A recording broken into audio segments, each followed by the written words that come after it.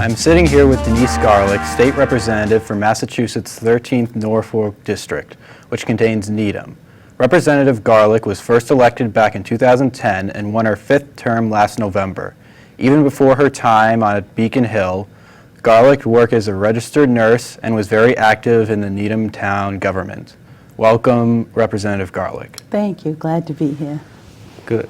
Glad to have you. So what inspired you to originally take your position as state rep? I always say to people, I've been a nurse this long and a state rep about this long. But as a nurse, as someone involved in our town government, I was just trying to solve problems. But every problem that I was trying to solve brought me to the next level.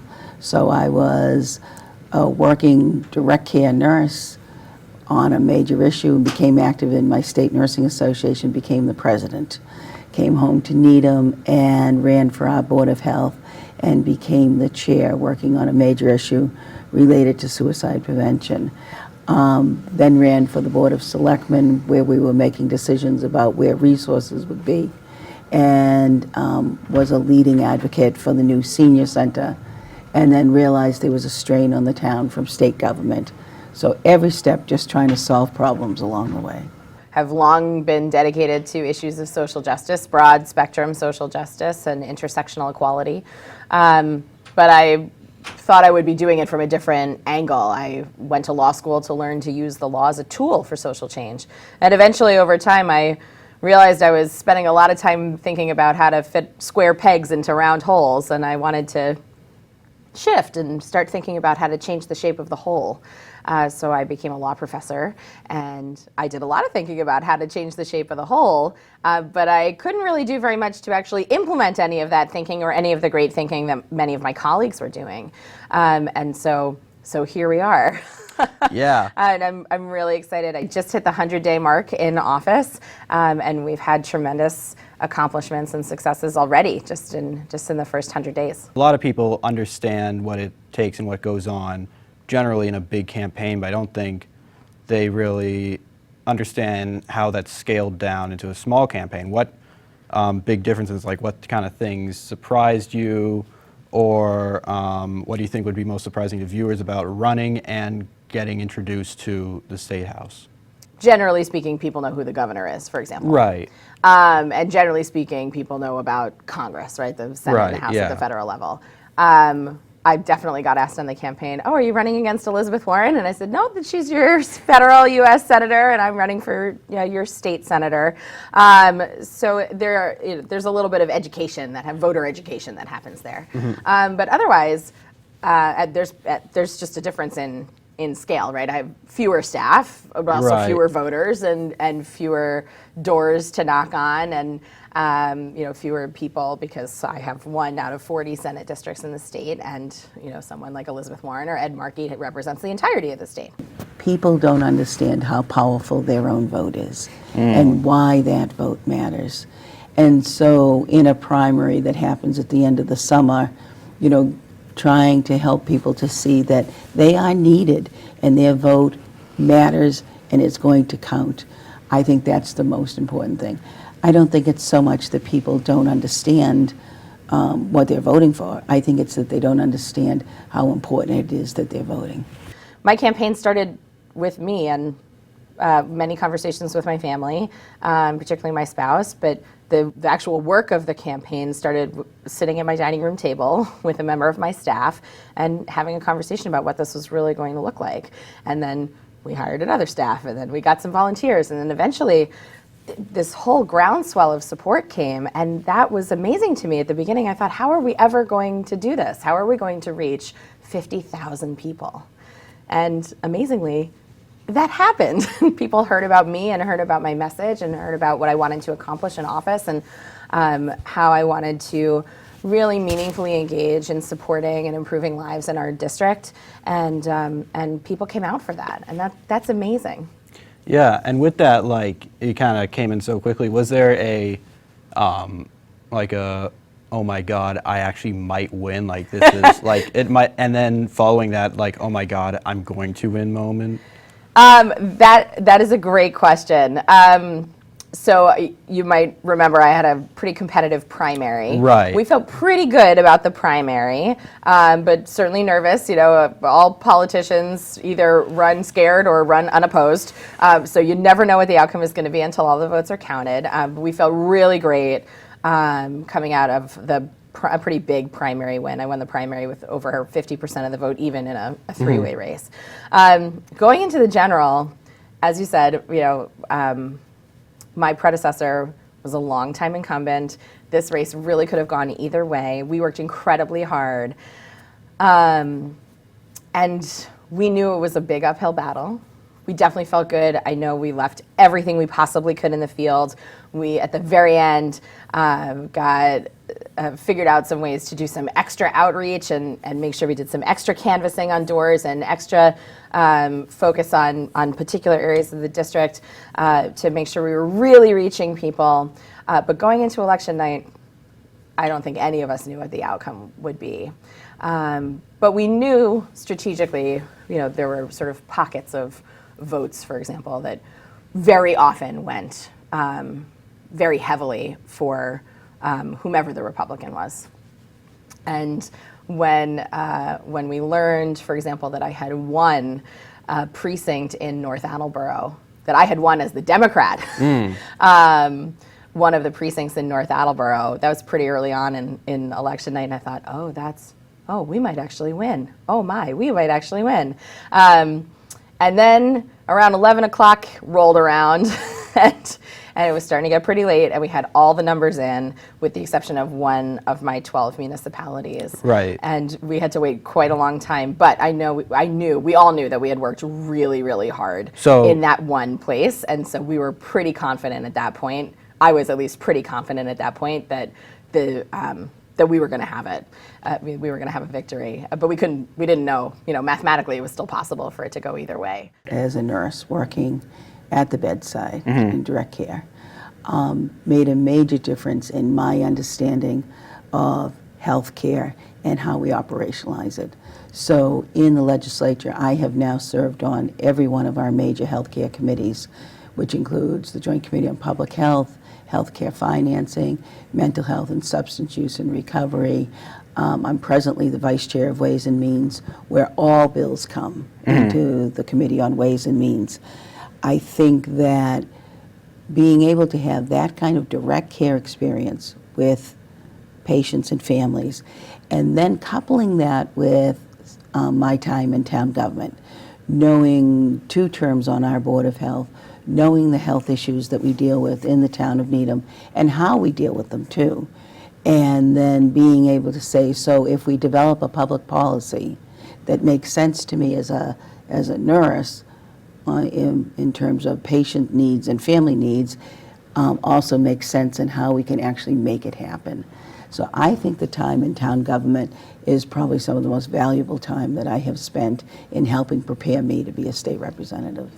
Going to your background, similar to our representative Denise Garlick, you have had a significant time working around healthcare while she was working directly as a nurse, and she's still registered one. And you have both kind of taken that into your world. Obviously, you have more of a legal perspective. How has that kind of background helped shape how you tackle healthcare in Massachusetts? Great question. So my background is as a healthcare attorney. I spent a lot of time working in health law compliance. I also was a health law professor. I was teaching health law when the Supreme Court was reviewing the Affordable Care Act, so that was exciting. A lot of how that helps me, and I should add, I'm very happy to be able to partner with Representative Garlick and also Senator Rush representing Needham. We are this triumvirate of a team, and we work together all 3 of us, to make sure that we are doing everything we possibly can for Needham.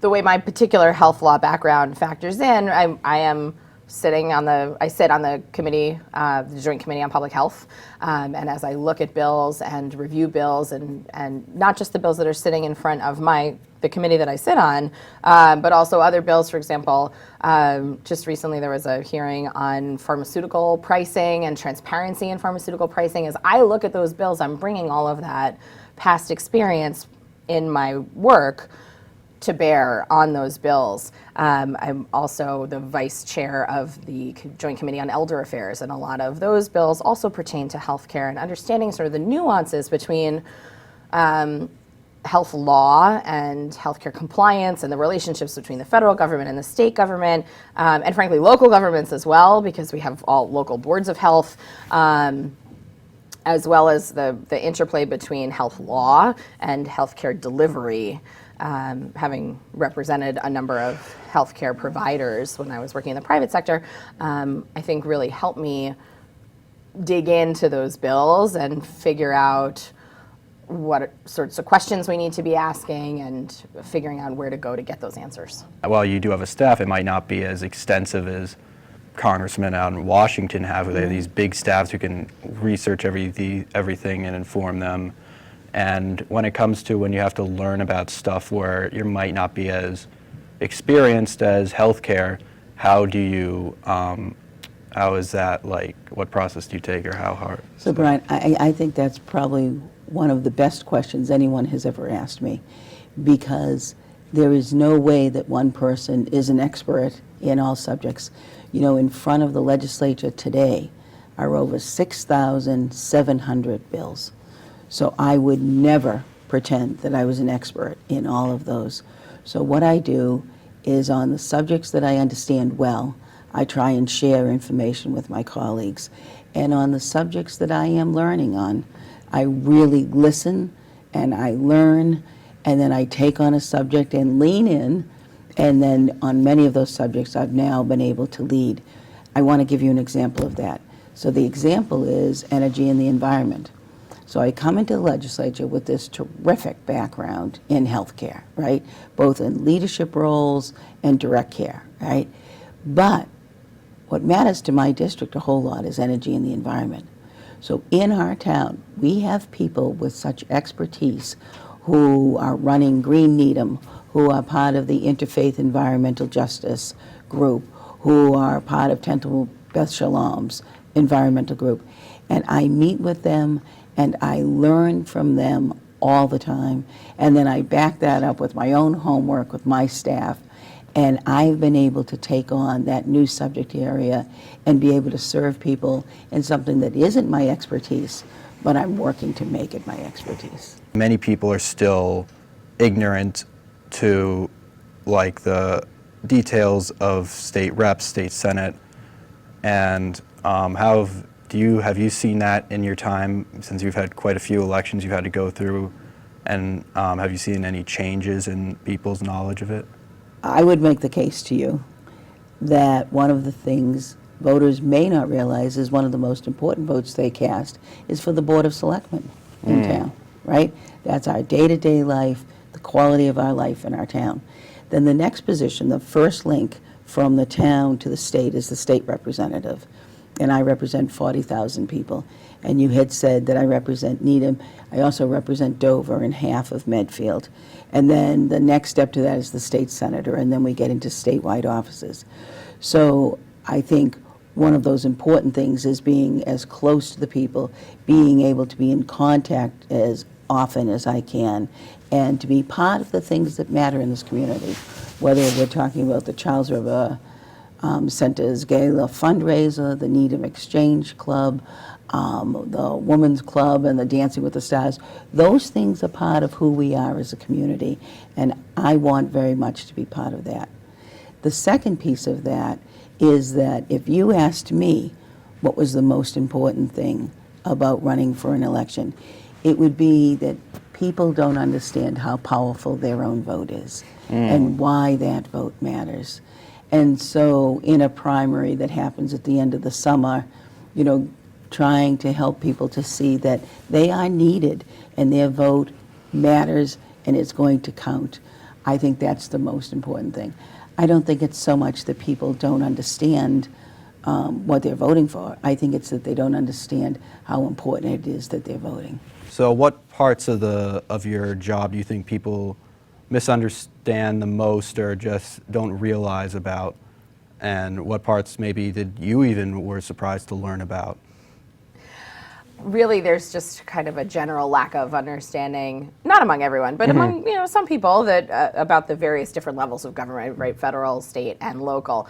At the state level, we saw very recently that Massachusetts banned conversion therapy for minors. That's huge. That's not something that happens on the federal level. That's something that happens at the state level, and is directly impactful on a number of youth all across the Commonwealth. We also passed a bill to lift the cap on kids for families who are receiving support from the government. They have another child. While they're receiving that support, they get no additional support for the additional child. Both the House and the Senate at the state level passed that bill almost unanimously. The governor vetoed it. The House overrode the veto just this week. The Senate will likely be overriding the veto very soon, maybe even next week when we're in session or sometime this month. And that becomes law, and that changes lives. So there are a number of things that our state government does, particularly with the turmoil, let's say, at the federal level right now. This is the moment, certainly the most important moment in my lifetime so far, for state governments to step up and do it. Take care of our people, protect our people, make sure that people can access health care, make sure that people can live their best lives, do everything we can to improve lives around the Commonwealth and throughout the Commonwealth. We're looking at school funding, and we're looking at infrastructure and transportation. And just the day after the MBTA Fiscal Control Board raised the fares on the T and the commuter rail, one of my colleagues in the House and I filed a bill to seat at the table the voices of riders on the T and the commuter rail, so that before the next fare increase vote comes up, we have a seat. The riders have a seat. You're on your 5th term now. Right, right. And you've had a lot of time, a lot of elections. And are there things that, looking back, that you've said, well, I've made a lot of progress learning about this, or just like skills as a legislator that you've gotten from being there as long as you have? I think the most important thing I learned, and the most daunting thing I've learned, is the work is very overwhelming. You don't get a sense of that in the media when people are talking about politicians and the way that we seem to be viewing elected people. But the work is of major importance.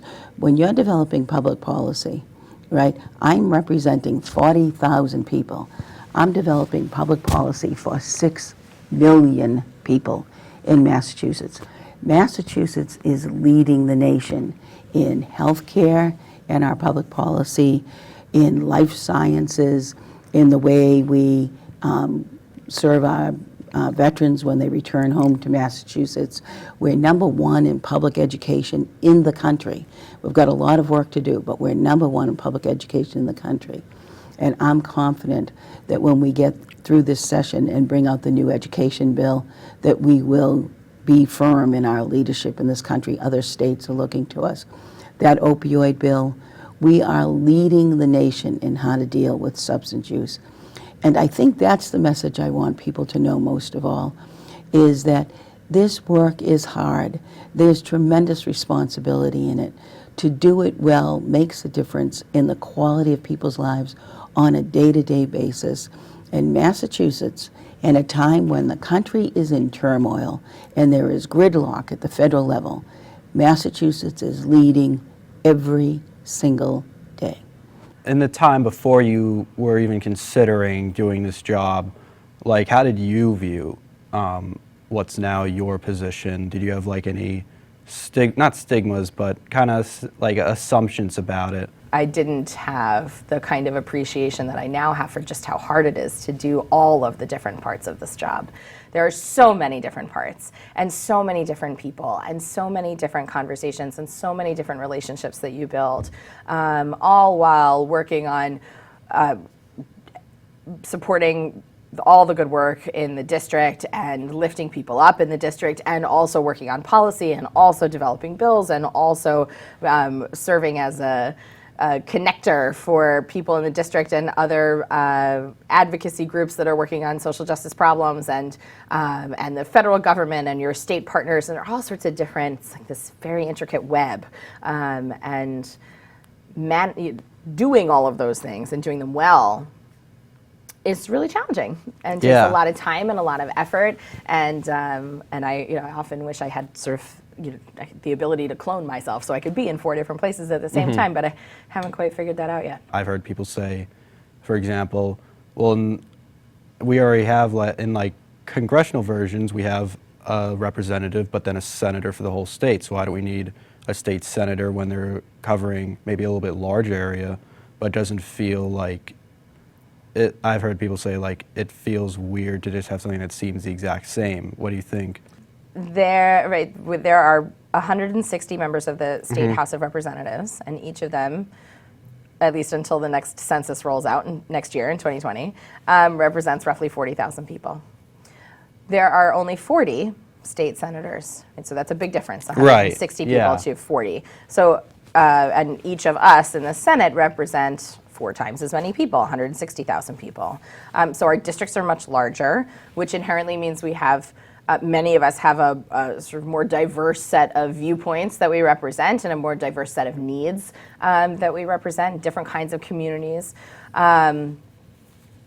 Also, the deliberations of each body, just by nature of the size, is sort of drastically different, right? You can even see it in the setup of the chambers, right? The Senate sits in a circle in the Senate chamber, and the House sits in sort of auditorium-style seating, and that's a big difference, right? Also, members of the Senate sit on many committees. I sit on 5 different committees, all of them joint committees, and in addition to those 5, I also serve as the Senate Chair of the Joint Committee on Municipalities and Regional Government, and the Senate Vice Chair of Elder Affairs. So I have 2 leadership roles in committees, and also 5 additional committees that I sit on as a member, so 7 total. And that's a lot. And my colleagues in the House, certainly my first year colleagues in the House, sit on 4 committees with no leadership roles. So that's a big difference as well. Now, when you speak with with Representative Garlick, she's the House Vice Chair of the House Committee on Ways and Means, and that's a huge responsibility, right? Ways and Means is how we make the budget, right? So she has a leadership role in the House. Senator Rush is the Majority Whip in the Senate. We have a variety of different roles that we all fill, but the House and the Senate work together, right? We are the 2 chambers of the legislature, so our work is complementary, and we work together in a bicameral way, between the House and the Senate.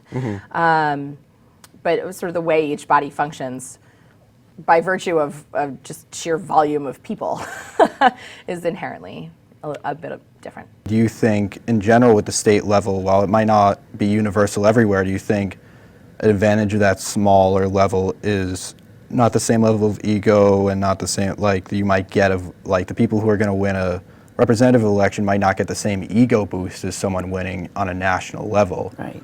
And do you think, like, that's, like, how do you think that's affected it? So I think there's 2 things there. Number one, so we've got 200 elected legislators, right? We've got 160 state reps, and we have 40 state senators. So you can get to know 200 people, right? It takes a while, but you can get to know them. I think knowing someone and having the ability to talk to them makes a huge difference in trying to move public policy, right? That you can actually sit down and think through something. And I can say, gee, why doesn't that work for you? Gee, what's happening in your district that you're concerned about that? That makes a huge difference in how to move an issue and the understanding of the issue. I think the other piece of that is that in the state legislature, we talk about Massachusetts as being a blue state. The truth is Massachusetts isn't all that blue. Right, we have a Republican governor. We have a Republican governor. We have more independents who are registered than on either party than more independents registered than Democrats or Republicans. I think what we find is that Massachusetts is trying to move in a direction, and there's a difference in style. There's a difference in timing. There's a difference in, we see more strain between the House of Representatives and the Senate than we see between the Democrats and the Republicans. And it's really about how you're going to accomplish something. But the thing about Massachusetts and the reason it works is we're all trying to move in the same direction. So then we just have to figure out how fast and how far. I'd say before we wrap up, is there anything, I pass it on to you, is there anything you want the people of Needham to understand better, maybe about your job or about you or about next time they go to the polls or anything in this apparatus of personal, political, and I guess tell the camera what you want the people of Needham to understand better? So I guess what I would like the people of my district to know is, number one, in these really difficult days in our country, in these days when I think fear is being stoked every single day at a national level, we have a great hope for the future. And our hope for the future is young people like Brian, who care deeply, who are committed, who are trying to engage in the conversations we should be having. And I meet people like that every single day.